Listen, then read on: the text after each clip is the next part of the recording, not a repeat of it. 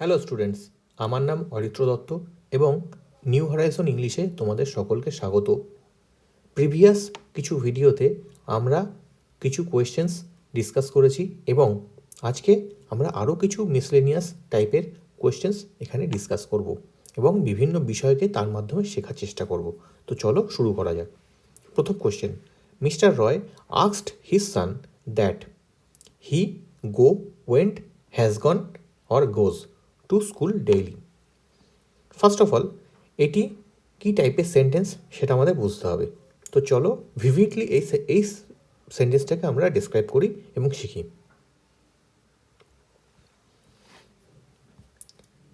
First of all আমাদের বুঝতে হবে এই যে সেন্টেন্সটা আমরা লিখলাম সেই সেন্টেন্সটা হলো একটি অ্যাসার্টিভ সেন্টেন্স।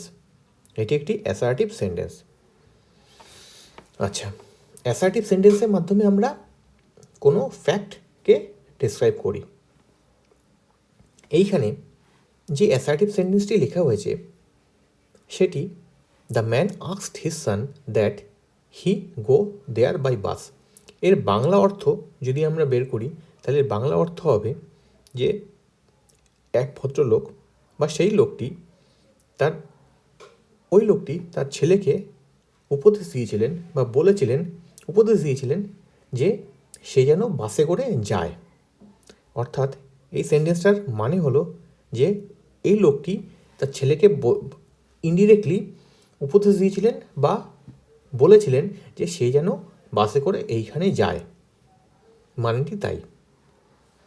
আচ্ছা, এইবার আমাদের শিখতে হবে যে মুড কাকে বলে। এইখানে এই যে সেন্টেন্সটি এখানে হি গো টু স্কুল, হি গো, এখানে এই গো এটি কিসে লেখা আছে?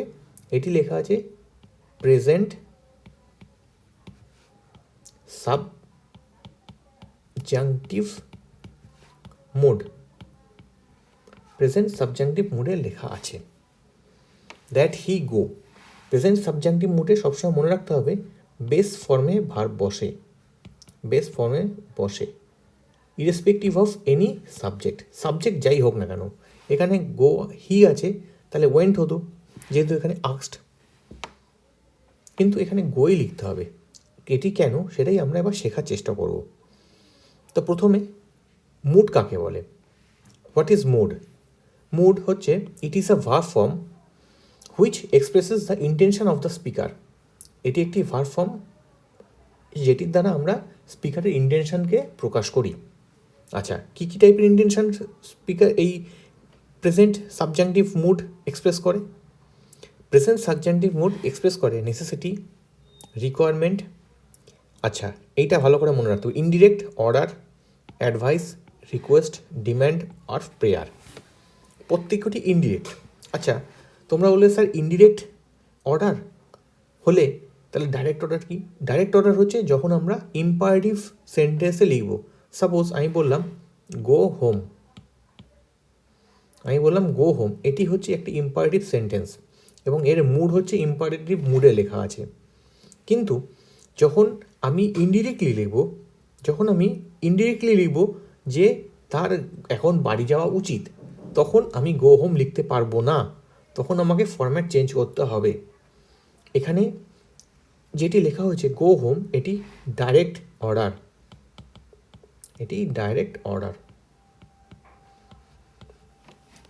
সুতরাং আমরা যখন ইনডিরেক্ট অর্ডার বা ইনডিরেক্ট অ্যাডভাইস বা ইনডিরেক্ট রিকোয়েস্ট, ইনডিরেক্ট ডিম্যান্ড বা প্রেয়ার, ইনডিরেক্ট যখন বলবো বা কোনো কিছু রিকোয়ারমেন্ট বা নেসেসিটিকে দেখাবো, তখন আমরা প্রেজেন্ট সাবজাংটিভ মুডে আমাদেরকে এক্সপ্রেস করতে হবে। তো এইবার দেখো, আমরা এখানে বলছি the man said to his son do you go there by bus. তার মানে এই সেন্টেন্সটার মানে কি? যে সেই লোকটি তার ছেলেকে জিজ্ঞাসা করেছিলেন,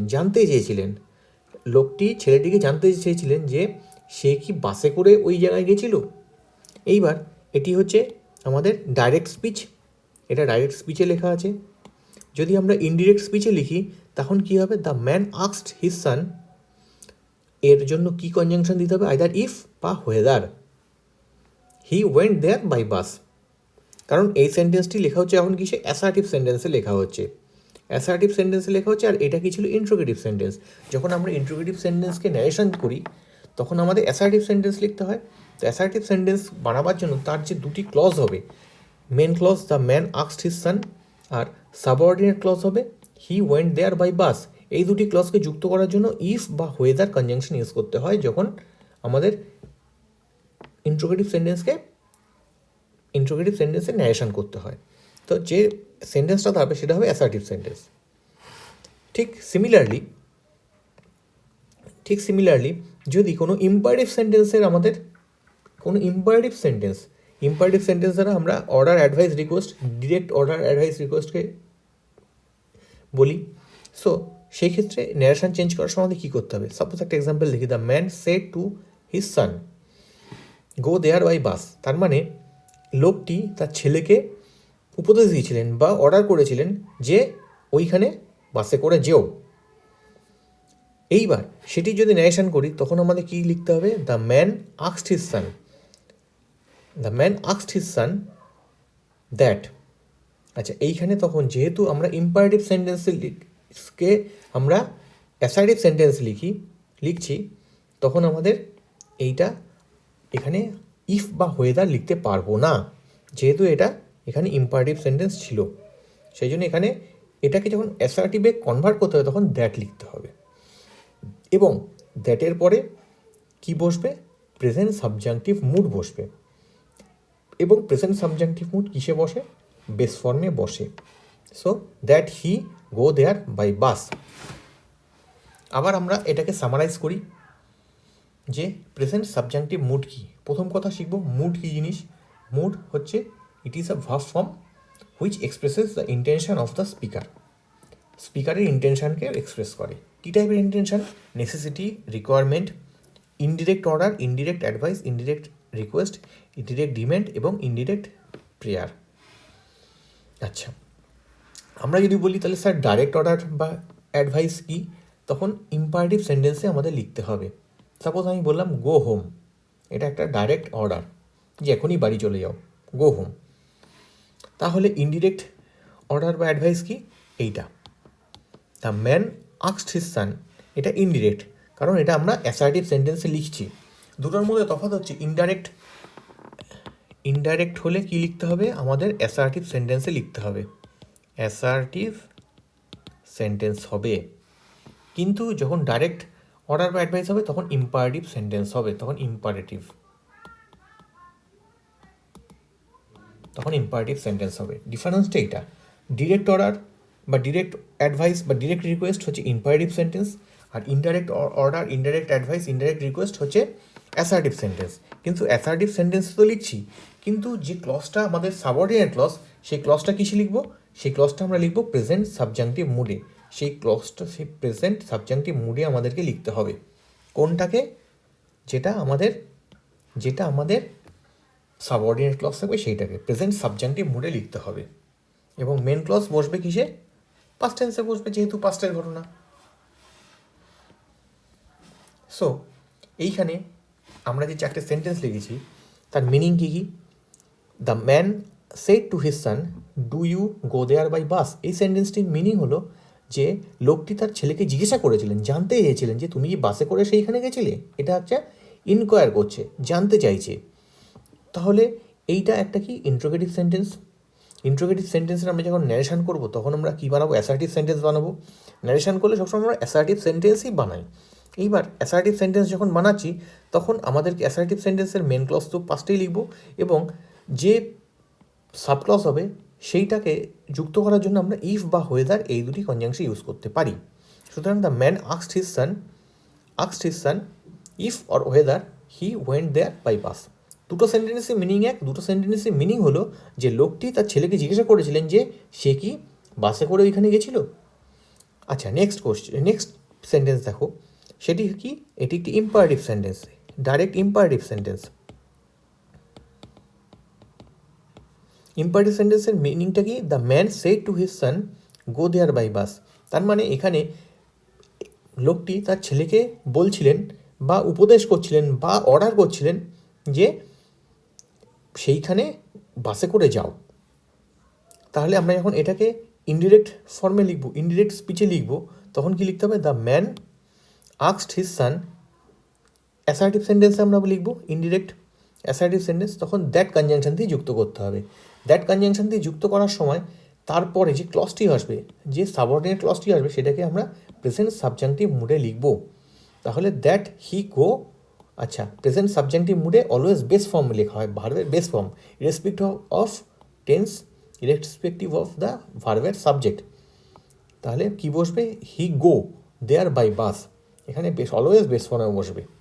আমরা অনেকে ভাবতে পারি এখানে আক্স আছে, কিন্তু এখানে গো কেন হবে, এখানে ওয়েন্ট হবে, কিন্তু এখানে বেস ফর্মেই লিখতে হবে, যেহেতু এটা প্রেজেন্ট সাবজাংটিভ মুড। এটা কি ইনডাইরেক্ট, এটি হলো ইনডাইরেক্ট সাজেশন বা ইনডাইরেক্ট অর্ডার বা ইনডাইরেক্ট অ্যাডভাইস, এবং এটি অ্যাসার্টিভ সেন্টেন্সে লিখতে হবে। এটা আমাদের হলো ফান্ডা। এটা কিসে হচ্ছে? Present subjunctive mood. এবার চলো আমাদের কোশ্চেনটা দেখা যাক। Mister Roy asked his son, Mister Roy তার ছেলেকে বলেছিলেন, কি বলেছিলেন? দ্যাট। সুতরাং দ্যাট কনজাংশন দিয়ে আমরা যখন যুক্ত করছি, এটা অ্যাসার্টিভ সেন্টেন্স হয়ে যাচ্ছে। এবং এখানে আস্ক আছে, আস্ক মানে জিজ্ঞাসা করা, তার মানে এখানে আমাদের বুঝে নিতে হবে এটি একটি ইনডাইরেক্ট অ্যাডভাইস বা ইনডাইরেক্ট অর্ডার অথবা ইনডাইরেক্ট সাজেশন। এটি একটি সাজেশন দিচ্ছেন বা অর্ডার করছেন বা অ্যাডভাইস করছেন, কিন্তু ইনডিরেক্টলি, ডাইরেক্টলি নয়, কারণ এটা একটা assertive sentence. Assertive sentence indirectly বলা যায়, ডিরেক্টলি বলতে গেলে তাহলে তাকে ইম্পারেটিভ সেন্টেন্সে বলতে হতো।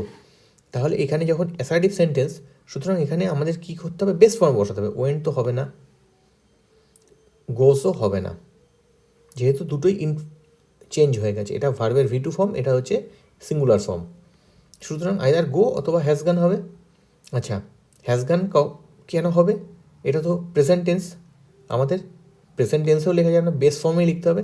সুতরাং অ্যান্সার হবে গো, অ্যান্সার হবে গো। এটা হচ্ছে প্রেজেন্ট সাবজাংটিভ মুড, এটা present subjunctive mood. Present subjunctive mood কেন ব্যবহৃত হয়? Indirect advice, order, request, suggestion প্রকাশ করতে ব্যবহৃত হয়। এক্ষেত্রে কেন এটা ইনডিরেক্ট হচ্ছে? কারণ এটি একটা অ্যাসার্টিভ সেন্টেন্স। যদি ডাইরেক্ট অর্ডার হতো তাহলে আমাদেরকে কিসে লিখতে হতো? আমাদেরকে লিখতে হতো ইম্পারেটিভ সেন্টেন্সে। সুতরাং এটা যেহেতু অ্যাসার্টিভ সেন্টেন্স, তাই এটা ইনডিরেক্ট অ্যাডভাইস, সেই জন্য প্রেজেন্ট সাবজাংটিভ মুডে লিখতে হবে। তাই অ্যান্সার হবে go, go is the right answer. So go is the right answer. তো চলো নেক্সট কোয়েশ্চেন ডিসকাস করি। Shyam made his parents by buying has been bought a new phone. তো এইটি কী টাইপের কোশ্চেন? এটি জেনে রাখো, এটিকে বলা হয় কজেটিভ ভার্ভ। এটিকে বলা হয় কজেটিভ ভার্ভ। ঠিক আছে, আমরা এবার কজেটিভ ভার্ভ সম্বন্ধে ইলাবোরেটলি শিখি। So what is causative verb? Causative verb এমন একটি verb that is used to indicate that someone or something causes other to do something. তার মানে পজিটিভ ভার্ব এমন একটি ভার্ব যেটি অন্য কাউকে ইন্ডিকেট করে যে অন্য কেউ আরেকজনকে বা অন্য কিছুকে কজ করছে কিছু করার জন্য। যেমন কি হতে পারে? গেট, মেক আর হ্যাভ, এই তিনটি পজিটিভ ভার্ব হিসেবে ট্রিট হতে পারে বা ইউজ হয়। সো আমরা কিছু এক্সাম্পলের মাধ্যমে শিখি। প্রথমে আমি একটা সেন্টেন্স বলছি, he made a chair. He made what? He made a chair.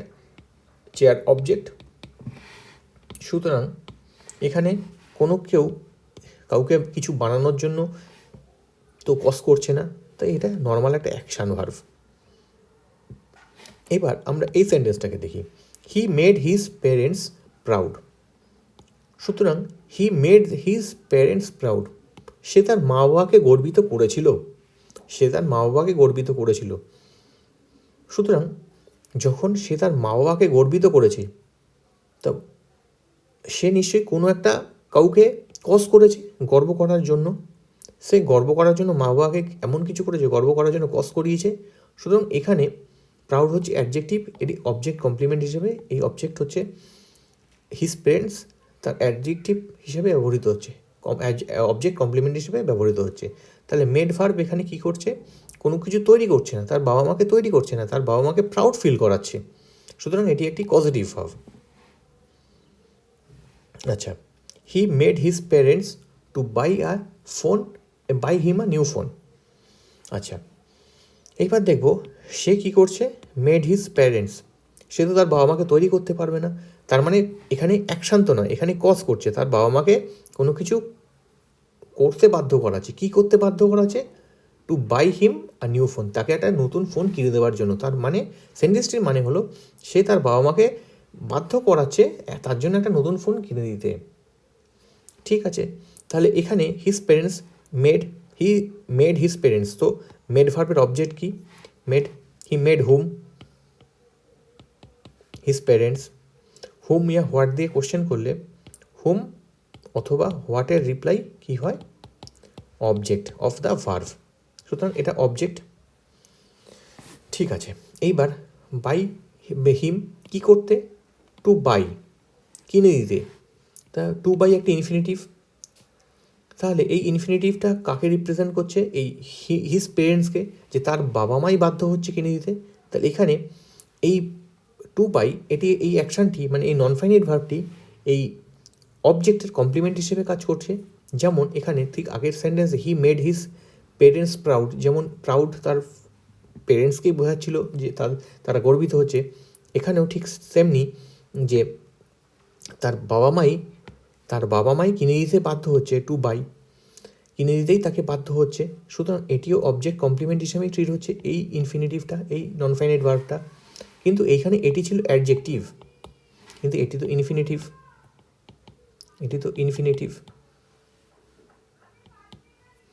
Infinitive অর্থাৎ একটা নন ফাইনাইট ভার্ব যখন কোনো একটা অ্যাকশান যখন ইনফিনিটিভ যখন অবজেক্ট কমপ্লিমেন্ট হিসেবে কাজ করে, ইনফিনিটিভ অলওয়েজ মনে রাখবে, ইনফিনিটিভ যদি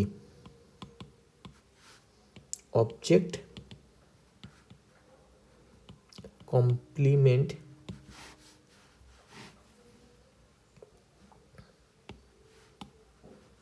infinitive, if infinitive acts as object complement, so আমাদের কী ফর্মে লিখতে হবে, বেয়ার ইনফিনিটিভ ফর্মে লিখতে হবে, বেয়ার ইনফিনিটিভ ফর্ম মানে টু প্লাস V1, এই ফর্মের মধ্যে টুটাকে অমিট করে দিতে হবে। সুতরাং এই ক্ষেত্রে অ্যান্সার কী দাঁড়াবে, অ্যান্সার দাঁড়াবে এই টুটাকে অমিট করতে হবে, এটা বেয়ার ইনফিনিটিভ ফর্ম। তার মানে অ্যান্সার হবে he made his parents buy him a new phone. আমরা আরও একটি এক্সাম্পল দেখি, যেরকম বললাম লেট হিম গো। এখানে লেট এটি কী টাইপের সেন্টেন্স, এটি তো ইম্পারেটিভ সেন্টেন্স। লেট এটি মেন ভার্ব, তাকে যেতে দেওয়া হোক, হিম অবজেক্ট, গো কি object complement,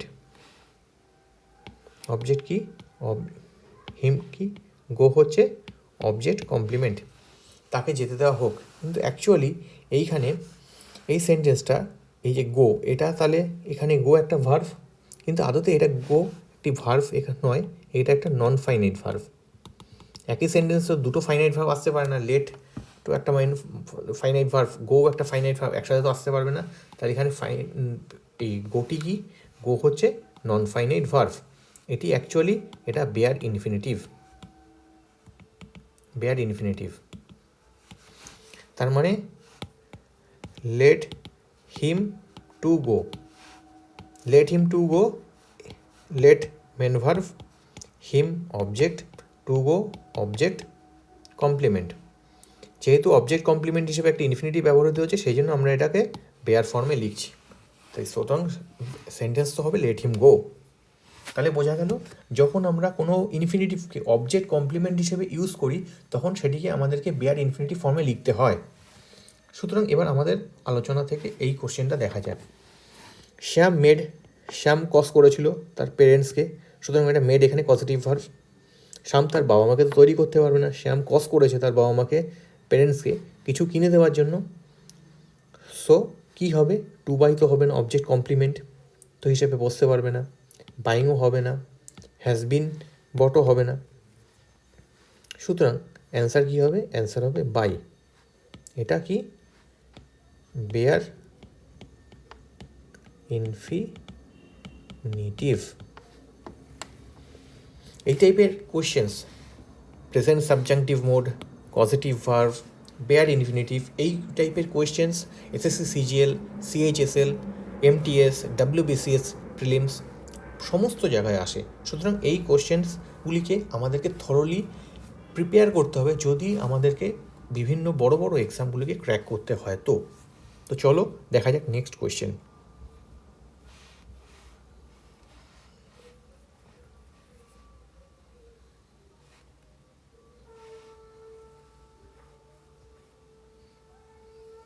So next question. The student was alleged.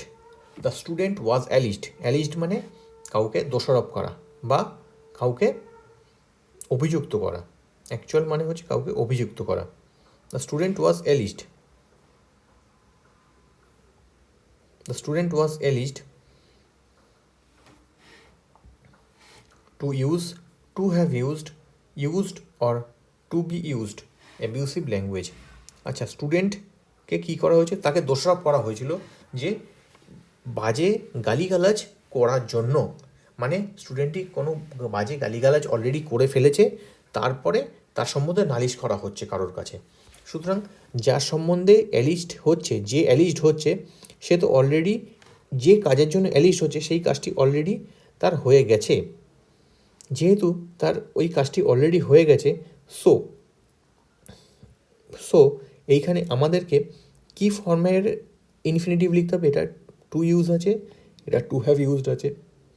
আচ্ছা, আমরা হি ওয়াজ অ্যালিজড, এটা তো একটা ফাইনাইট ভার্ভ, এখানে একটা মেন ভার্ভ। তাহলে এরপরে যদি কোনো অ্যাকশান লিখতে হয় তাহলে আমাদেরকে নন ফাইনাইট ফর্মে লিখতে হবে। তাহলে এইখানে কোনটি হবে, এখানে সবসময় যে ইনফিনিটিভটি বসবে, এখানে the student was alleged to use, এটা হচ্ছে আমার ইনডিফিনিট স্টেটে আছে, এটি হবে না।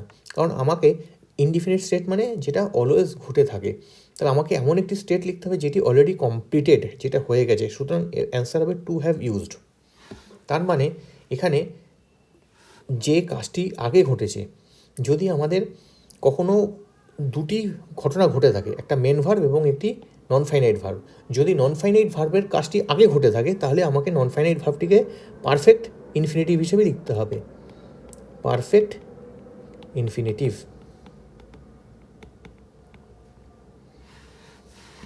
সুতরাং এখানে টু হ্যাভ ইউজড কেন হলো, কারণ সে অলরেডি অ্যাবিউসিভ ল্যাঙ্গুয়েজ আগে ইউজ করেছে, তারপরে তার সম্বন্ধে সে অ্যালিজড হয়েছে, তার সম্বন্ধে অভিযোগ করা হচ্ছে, কিন্তু আগে সে বাজে বা মন্দ কথা বলে ফেলেছে।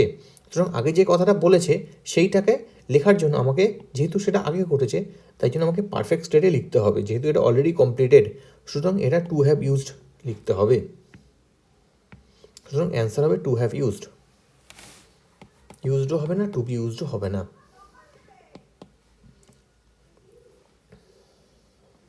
আচ্ছা, the glass broke when it slipped, was slipped, has slipped or has been slipped from her hand।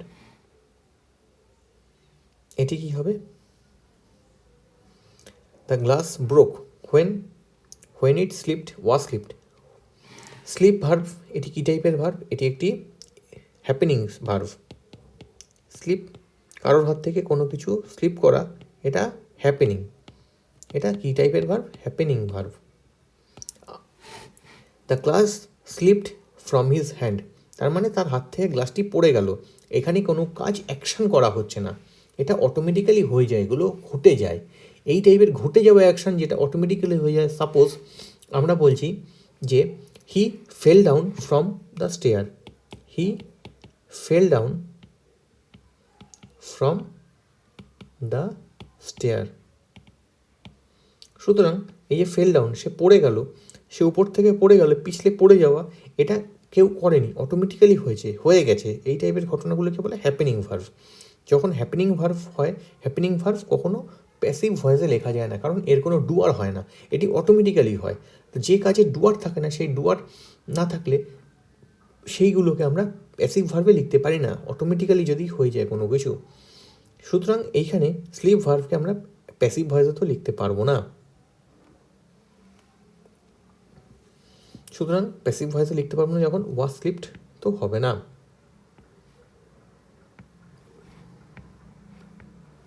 Was slipped হবে না। আচ্ছা,